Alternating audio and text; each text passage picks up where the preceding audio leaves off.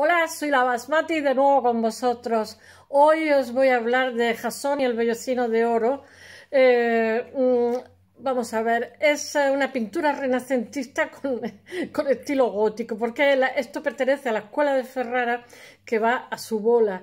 Lo que pasa es que Ferrara me parece que en 1500, no me acuerdo, ahora lo contaré, en 1512, Ferrara era una zona, no sé si había estado en Italia, que era de rana y mosquito, una zona pantanosa espantosa, pero en el medievo Italia, que se unifica tarde como Alemania, pues son una serie de repúblicas que hablan el mismo idioma, pero que cada una tiene características distintas, es como si fuera la Comunidad Económica Europea, pero en el medievo. Entonces Ferrara está bien gestionada por la familia del Este, a quien pertenece esta pintura que os voy a hablar hoy, que es un encargo que se hace para unos cajones para las novias, que desde pequeñita la tradición, que eso viene de la época romana, cuando nace una niña, eso también existe aquí en Andalucía, o existía, nació una niña, entonces cogían un arcón y poco a poco la familia lo iba llenando de, pues yo qué sé, de toallas, de ropa bordada, con el ajuar,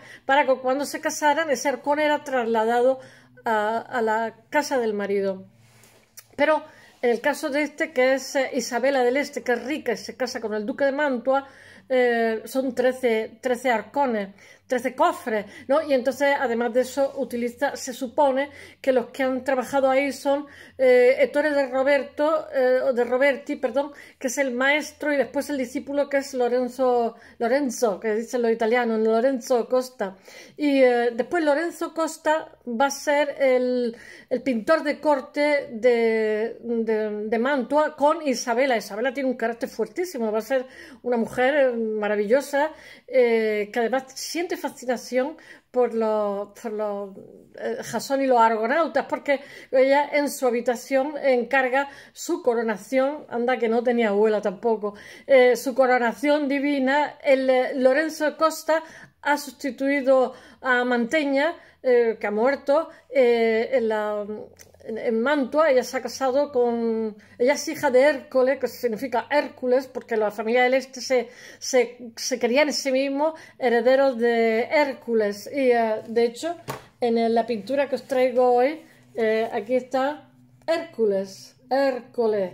Aquí van 50... Ellos están muy simbolizados, la familia del Este, por los barcos, porque ellos estaban en una zona en el Valle del Po, Ferrara, como os he dicho, que había rana y mosquitos, decía la gente, hicieron un lugar próspero. Entonces, a base de comercio y de buena gestión, hicieron un lugar muy próspero. Y ellos, esta historia, yo la recomiendo, la leí en la adolescencia. Robert Graves habla de ello, está basada en el libro octavo de Ovidio. Es de una osadía grande, es una aventura, y además Jasón invita, ahora os lo contaré, a 50, o sea, tiene, digamos, para 50 personas. Entonces lo más granado de Grecia de aquel momento, pues va allí. Están, yo qué sé,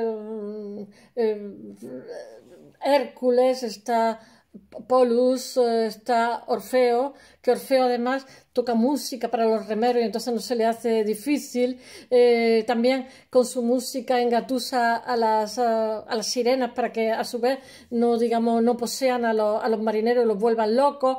Y entonces es una historia, digamos, festiva, sobre todo la primera parte muy festiva, es una historia aventurera, como la esencia que tienen los duques de Ferrara.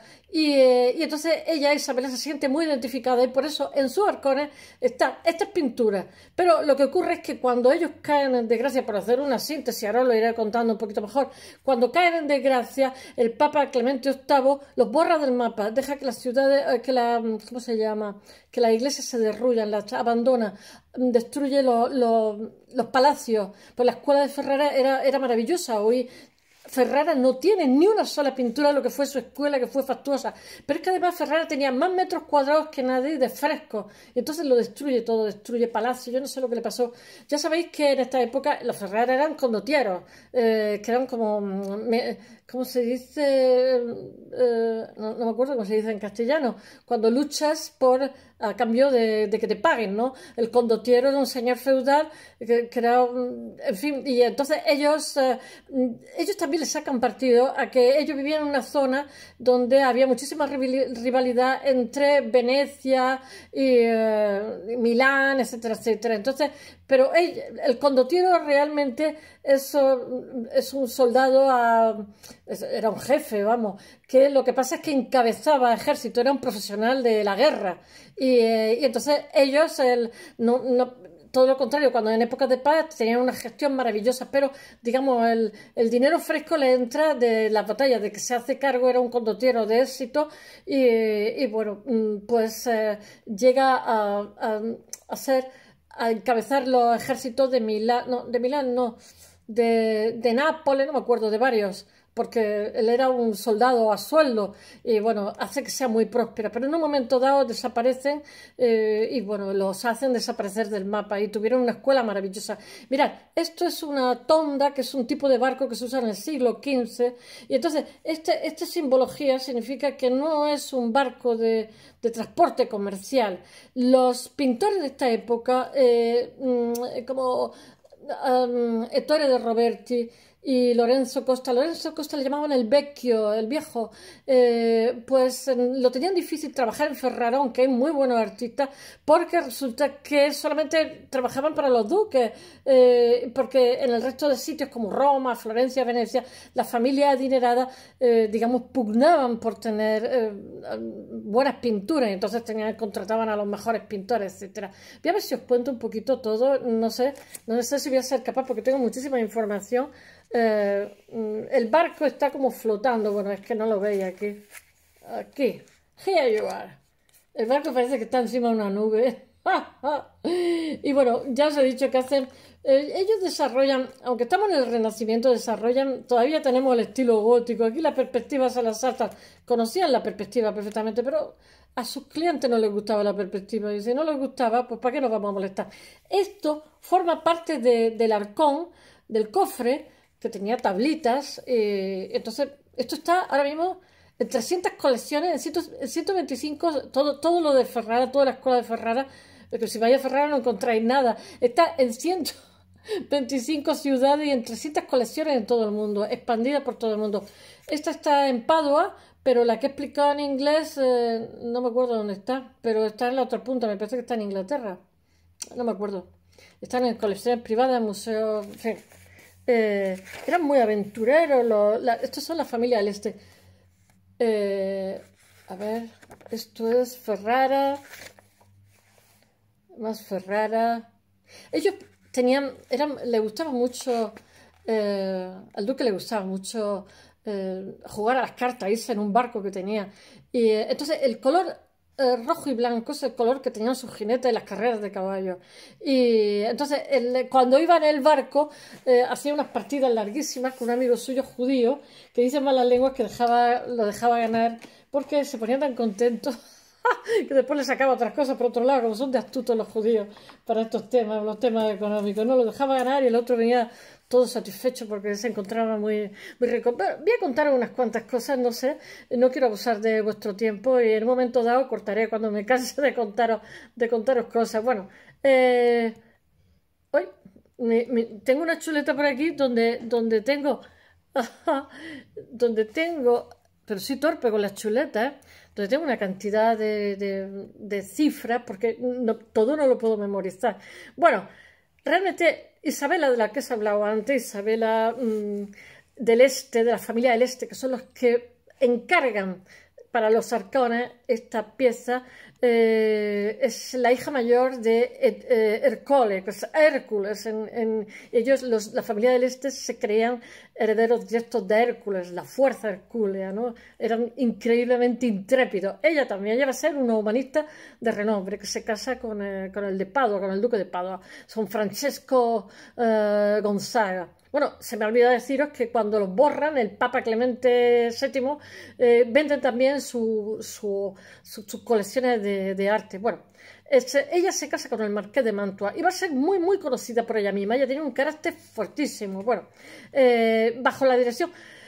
Ahora os voy a contar un poquitín el eje sincrónico, diacrónico, el contexto de la época, porque mirad, estas pinturas no están ni firmadas ni fechadas. Es sencillamente el condottiero, su padre, Hércules, que le iban muy bien las cosas, cuando la niña tiene 9 años, se crean lazos entre los estados que interesan, ¿no? Acuerda con el duque de Mantua casarla con su hijo, el que va a ser heredero de Mantua, para que ella pueda tener, ella es la mayor de todos los hermanos, una vida acorde como ha sido la suya, una vida de riqueza, etc. Entonces, a partir de cuando la niña tiene 9 años, llama a su artista de corte, que se ha ayudado por su discípulo, para que empiece a hacer el ajuar con 110 panes de oro, bueno, un disparate, para que hiciera el carro triunfal de donde iban a ir los novios, la barca donde iban a estar los novios, todo eso con oro.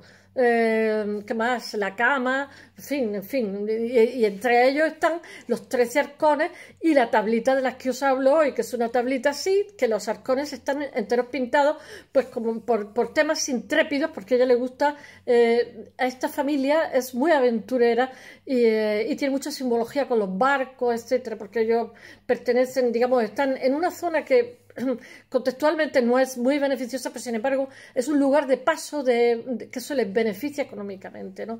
Y bueno, bajo la dirección de Ercole Roberto y pintor de la corte de los Este y Lorenzo Costa va a ser después pintor de la corte, se lo lleva Isabela a su corte porque es más joven, etcétera, etcétera. Y entonces se hace pintor de corte de Mantua y sustituye, como he dicho, a Mantegna. Bueno, también de Ferrara, bueno, él utiliza, cuando la niña se cierra el matrimonio, allí era muy habitual en esta época, mira, la gente vivía 30 años, era raro, la media de edad era bajísima, no sabía desarrollar la medicina y como, bueno, habían quemado tantas cosas, la biblioteca de Alejandría y tanto conocimiento se había perdido, pues francamente la gente vivía poco porque se moría por cosas que hoy tienen fácil solución, porque no había antibióticos, etcétera. Bueno, y entonces se casaban con 14 años, tenían hijos y a los 30 a lo mejor se habían muerto, vamos.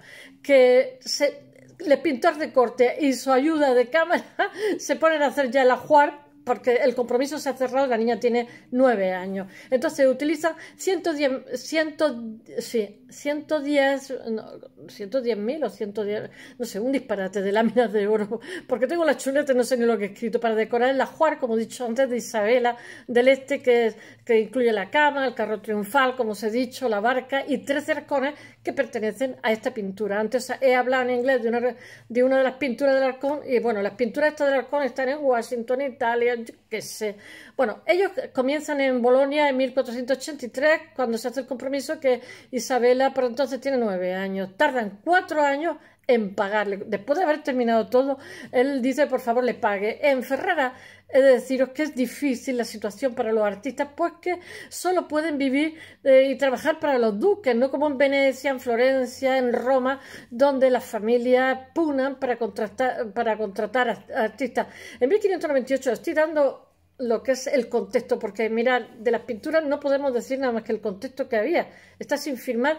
He leído otra hipótesis que dicen que hay una tercera mano que se supone que es de otro maestro, pero que no se sabe quién es, porque no está ni firmada ni fichada. Bueno, en 1598 se extingue la línea principal de la familia del Este y han de abandonar la ciudad y el feudo recae de nuevo en Roma y bueno, el Papa Clemente VIII los borra del mapa, sí, los borra, ¿eh? Que eso pasó también en Egipto, me acordaba yo, de Hatshepsut, ¿cómo se llama? Que fue la gobernanta, la faraona, le borraron todo. Era bastante habitual, los sellos por todos sitios, la borraron del mapa. Lo que pasa es que, claro, pues el esplendor, ¿no? Por mucho que quieras borrar, al final del tiempo coloca a cada uno en su sitio. Clemente VIII destruye todo lo que remite a los gobernadores anteriores. Manda demoler y dejar desmoronadas las iglesias, palacios, y desaparecen los frescos, que es una de las características, porque mira, la escuela de Ferrara se constituye, tiene un discurso propio y es famosa en aquella época. Y entonces los frescos, ellos tenían la característica de la Ferrara, precisamente, que tenía más metros cuadrados frescos que en ningún lugar de Italia. Los Este, que son la familia, tenían más metros cuadrados de frescos que nadie. Bueno, su colección de arte es vendida y hoy día la colección de arte de la Escuela de Ferrara está repartida por 125 ciudades y 300 colecciones privadas de todo el mundo, que es que ahí no hemos dicho nada. Bueno, y en Ferrara no queda nada. Realmente los Este acaudillaron como condottieri los ejércitos de Nápoles, Florencia, Milán, a cambio de sumas de dinero importantes. Ahora os voy a contar un poquito de qué va la historia de aquí, Jason, como dicen los ingleses, aquí, Jasón y el vellocino de oro. Yo la he leído y me la sé de memoria, pero claro, no me acuerdo de cómo se llamaba el no sé quién, el padre, el Tito, que se queda con el reino. Bueno, Japón es descendiente de Eolo. Aquí todo el mundo de buena familia, que es el dios del viento. Y si no lo es, como si lo fuera. Bueno, su padre realmente es Esón, que es hijo de Creteo y rey de Iolco. Hasta que su medio hermano, Pelias, lo destrona. Entonces Jasón es educado por un centauro que se llama Quirón y, desde que es muy, muy pequeñito. Y cuando acaba el padre muere, etcétera, etcétera. Y cuando acaba su educación va a reclamarle al tío y decirle, oye, ese reino es mío. Y se presenta ante su tío para reclamarle el trono usurpado. Pelias, a cambio, lo que hace es pedirle un imposible, como cuando te promocionan a un puesto de trabajo y no te quieren, entonces te echan tanta tarea encima que al final tienes que dimitir, ¿no? Pero resulta que Jasón es un chico joven y es muy osado y muy echado para adelante y muy ambicioso. Y bueno, y entonces le pide la piel que le traiga la piel del vellocino de oro, que es el vellón del carnero alado, que es mágico. El rey de la Cólquide lo consagra a Ares y está custodiado por un dragón. Mirad, el dragón, todo esto está en Turquía, lo que hoy es Turquía. Yo no sé lo que pasa con los dragones, pero los dragones están todos en Turquía, porque San Jorge, que no era santo, pero sí que lucha contra el dragón, estaba también en Turquía. Yo digo, debe ser la zona de los dragones. Qué chiste más malo hago. Dadas las dificultades de conseguir, Pelias piensa que Jasón no va a volver nunca, le está mandando un imposible. O sea, digamos que toque con su techo de inutilidad. Nunca va a volver de esa expedición, pero Jasón no se achica y entonces le pide ayuda a Argos. Argos significa veloz. De hecho, esta tablita la bautizaron con el nombre de Argos. La bautizaron. Cuando dices argonautas, nautas es el marinero de Argos. Bueno, y por consejo de Atenea, Argos construye la nave Argo, que le conduce a la Cólquide, a él y a sus compañeros, realmente los argonautas. Bueno, Jasón pregona por toda Grecia que lo que está organizando, que es un viaje de aventura, y se le apuntan 50, casi nada, muchos de ellos héroes. Él dice que va a traer el vellocino de oro y eso le fascina a muchísima gente. Entonces acuden muchísimos hombres a su llamada, entre los que le acompañan todos famosísimos. Difieren de una fuente a otra, según los autores, unos dicen que fue uno y otros que otro, pero entre ellos está Orfeo, que es el músico, ya sabéis. No sé si sabéis la historia de Orfeo, pero no la voy a contar porque tengo tanto que contar que si no, bueno, que marca la cadencia de los galeotes, van en una tonda y después consiguiendo que remen sin esfuerzo, a través de todo el rato va haciéndole música. También sirve de protección contra las sirenas, como os he dicho, ya que su música deleita más a los marineros que el canto de las sirenas, de aquellas que los engatusan. Entre la tripulación se encuentran Castor y Pólux, los Dioscuros, hijos de Zeus, y Leda y Heracles y Atlanta. Bueno, hay más, hay más. Se detiene en la isla de la Amazonas y en la isla de Samotracia. Y se inician, yo siempre me acuerdo de la victoria de Samotracia, París. Bueno, y se inician en los misterios. Después de muchas aventuras realmente llegan a la Cólquide, donde gracias a la ayuda de Medea, logran el vellocino. Medea se enamora de Jasón. Es hija del rey Eetes y de la maga Circe. ¿Os acordáis de Circe, que seduce a Ulises y convierte a los marineros en cerdos en la historia, en la Odisea? Es el prototipo de hechicera, ella es una maga también. al llegar allí los argonautas hacen prometer a Jasón que se casará con ella si logra el vellocino, y él le da su palabra. Bueno, ella tiene hijos suyos, ¿eh? Medea huye con él y sus compañeros en la nave cuando consiguen el vellocino. Pero posteriormente Medea, resulta que él cuando llega tenía una prometida en Corinto y entonces se casa con ella. Entonces Medea mata a sus hijos, que la historia de Medea, que todos los años en el teatro de Mérida tenemos la historia de Medea, que es una historia muy trágica. Mata a sus hijos para castigar a Jasón porque es un perjuro, toma otra esposa en Corinto. Bueno, tras conseguir el vellocino, Jasón lo que llega a Iolco y se lo entrega a Pelias, pero le dice: mi trono, que aquí tienes el vellocino. Mirad, el vellocino, si os fijáis, en el rey emérito o en el rey actual o en la heredera, llevan el vellocino aquí colgado porque son desde el siglo XV, que es una condecoración que le cruza el pecho, que es, no sé qué, es un atributo real. Y lo tienen varios reyes, los tienen los Augsburgo y lo tenemos nosotros en España. Bueno, Jasón recibe el culto de varias ciudades griegas como patrón de la navegación, lo han hecho ahí. Y en las artes hasta el siglo XIX apenas aparece la temática de la expedición de los argonautas. Bueno, Carracci, Turner, Fusili o Muró practican la temática de la leyenda del héroe con una mirada romántica y así como muy simbólica. Solo en compañía de Jasón, Medea se representa con frecuencia en la antigüedad como una princesa oriental que infunde temibles castigos. Ella se siente despechada, pero con razones, porque sin ella no hubiera podido conseguir el vellocino. Y después, cuando él consigue el trono, dice: olvídame. Resalta la calidad de la maga legendaria y la dramática muerte de los hijos. Ella tiene hijos con él porque es un periplo que hace largo. El Argos, que es la pintura que os estoy contando en estos momentos, se supone, en 1480, entre 1480 y 1490, y es para los 2 o 3 arcones que se hacen para la que está preparando el pintor de corte con su discípulo, que después va a ser el pintor de corte de los Ferrara, de la familia Aleste, que después va a ser su discípulo, va a ser el pintor de corte de los de Mantua. Se supone que se hace entre 1480 y 1490 y realmente es una témpera sobre tabla, pero no es tabla de olmo, sino de roble, me parece. Tiene 47 por 58 centímetros, es pequeñita, pequeñita. Se supone que está hecha por el pintor Lorenzo da Costa, el Viejo, que representa la nave Argo y que se encuentra en el Museo Cívico de Padua, como os he dicho antes, en Italia. Es una de las pinturas más representativas de un periodo pictórico de gran sobriedad temática. Pertenece a la escuela de Ferrara y el pintor lo que hace es representar un episodio de la mitología griega, que es la expedición de Jasón y los argonautas, como os he dicho, en la búsqueda del vellocino de oro, que eso no sé. Además es muy curioso porque llegaban a un sitio y iban con porque como me lo he leído me acuerdo, mandaban a los heraldos, ¿no? Que es el símbolo de los diplomáticos. Entonces los heraldos iban con una rama de olivo, que significaba que iban en son de paz. Donde llegaban, esa era la simbología, ¿no? Entonces después me di cuenta que el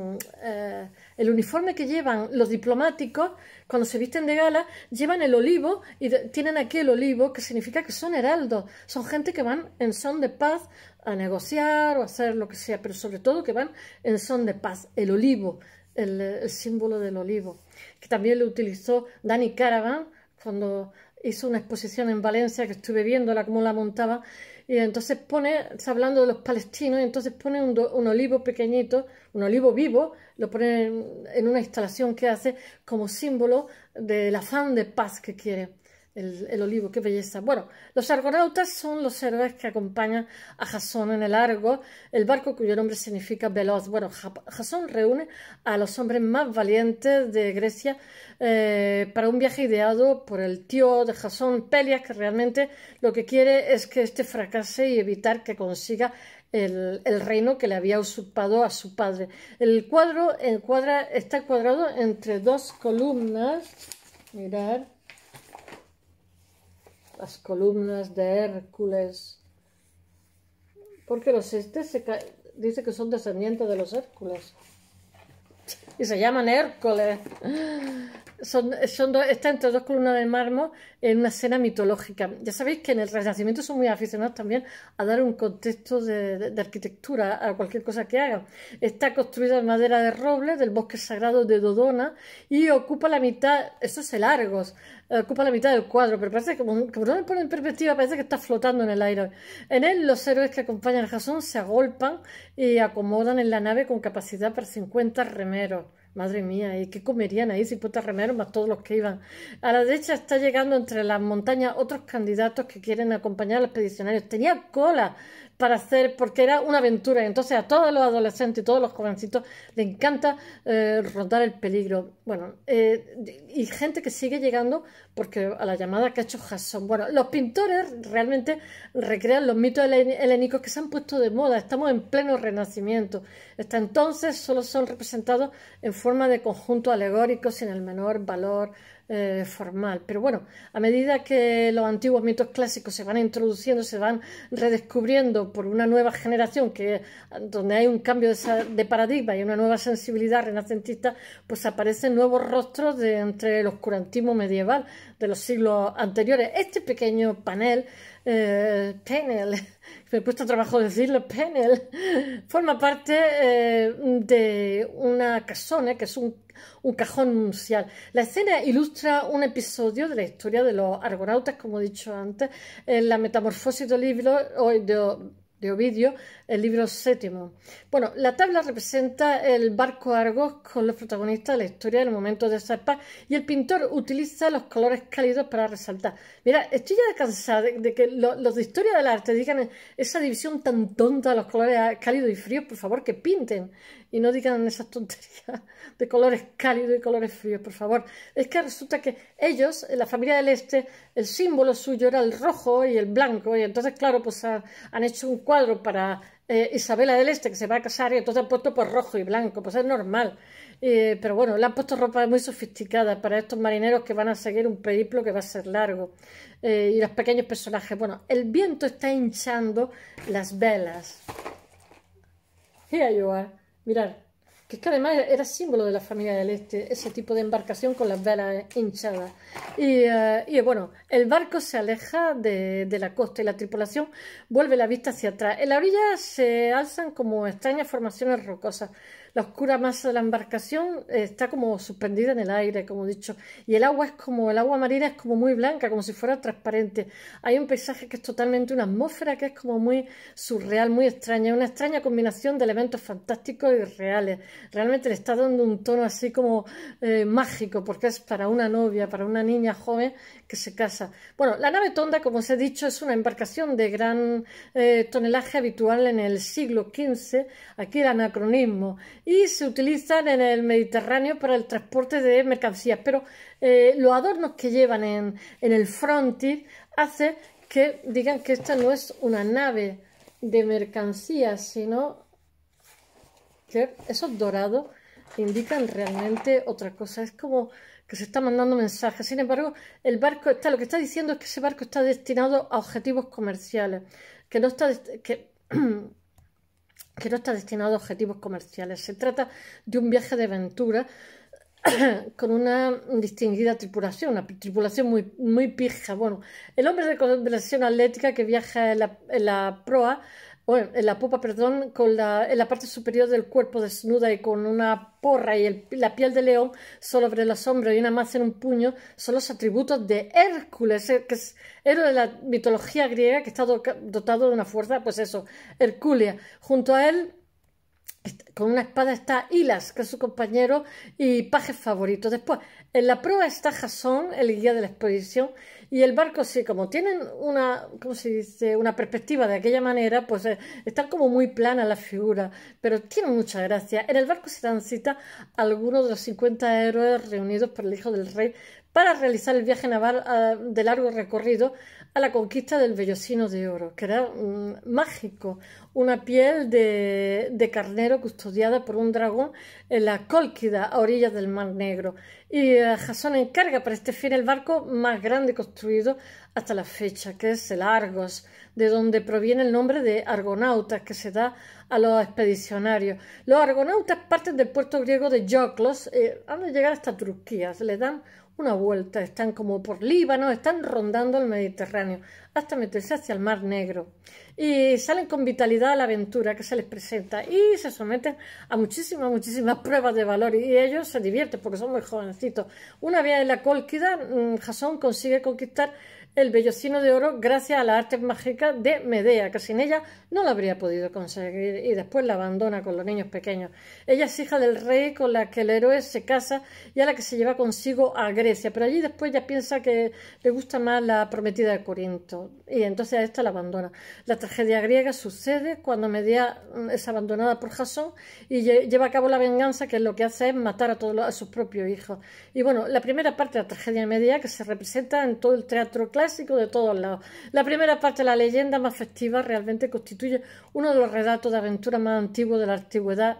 Más relatos antiguos de la antigüedad, por Dios, la antigüedad universal, que está recordado posteriormente por muchísimos escritores, como he dicho, Robert Graves, etcétera, que yo lo leí y me encantó también. Entre ellos está Valerius Flaccus, es un romano del siglo I después de Cristo. La obra, lo que pasa es que en el Renacimiento lo que ocurre es que se pone de moda también leer a los clásicos, entonces eso a su vez hace que los pintores le requieran que pinten escenas clásicas.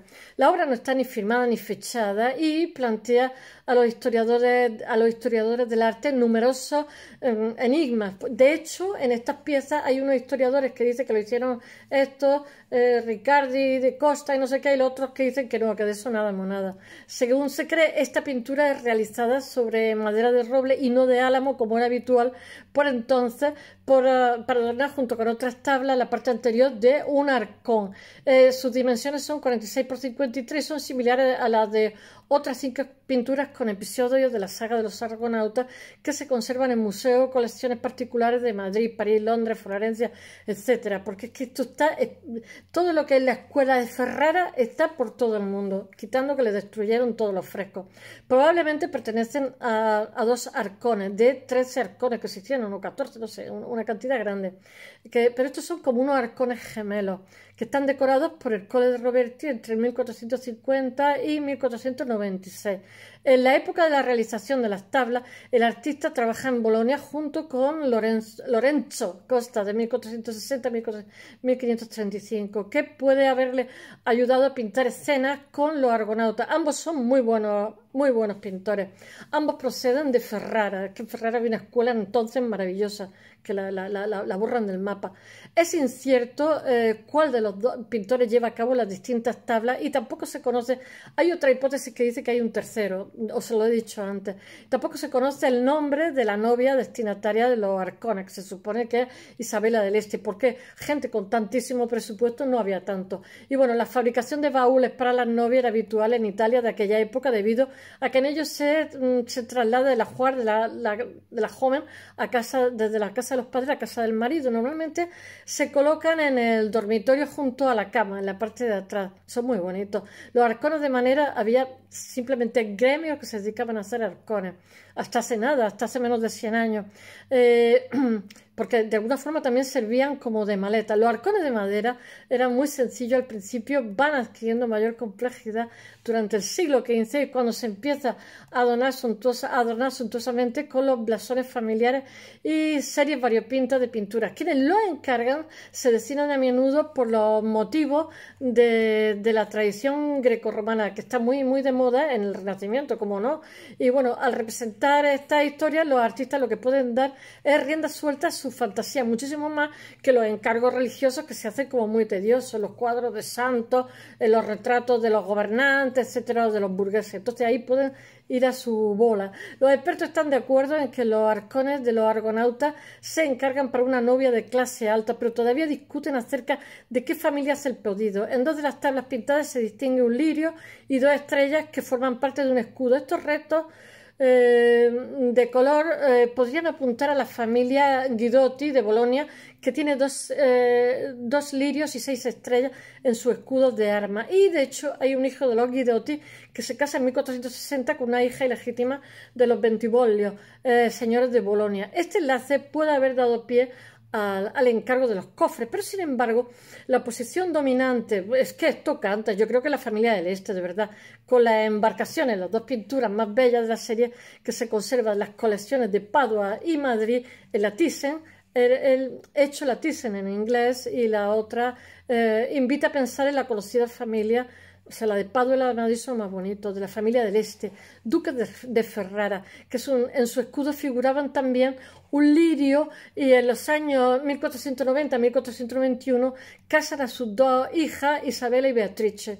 Los barcos son la empresa de este linaje, que es un símbolo distinto del escudo oficial que las familias italianas pudientes gustaban de tener y de ostentar, que pretendían caracterizarse. En concreto, la empresa de los Este, o sea, la impresión de los Este, el sello de ellos eran los barcos para las grandes expediciones que aparecen siempre en los frescos y que los cuadros y también en sus monedas. Ferrara llega a ser muy importante, la familia del Este es muy importante. Por ejemplo, los ducados de oro de Leonelo del Este, que gobierna entre el 1441 y 1450, exhiben en una de sus caras el perfil del gobernante y por la otra de los hombres de un barco y con las velas hinchadas al viento. Leonelo del Este moviliza en la guerra a sus partidarios al grito de vela.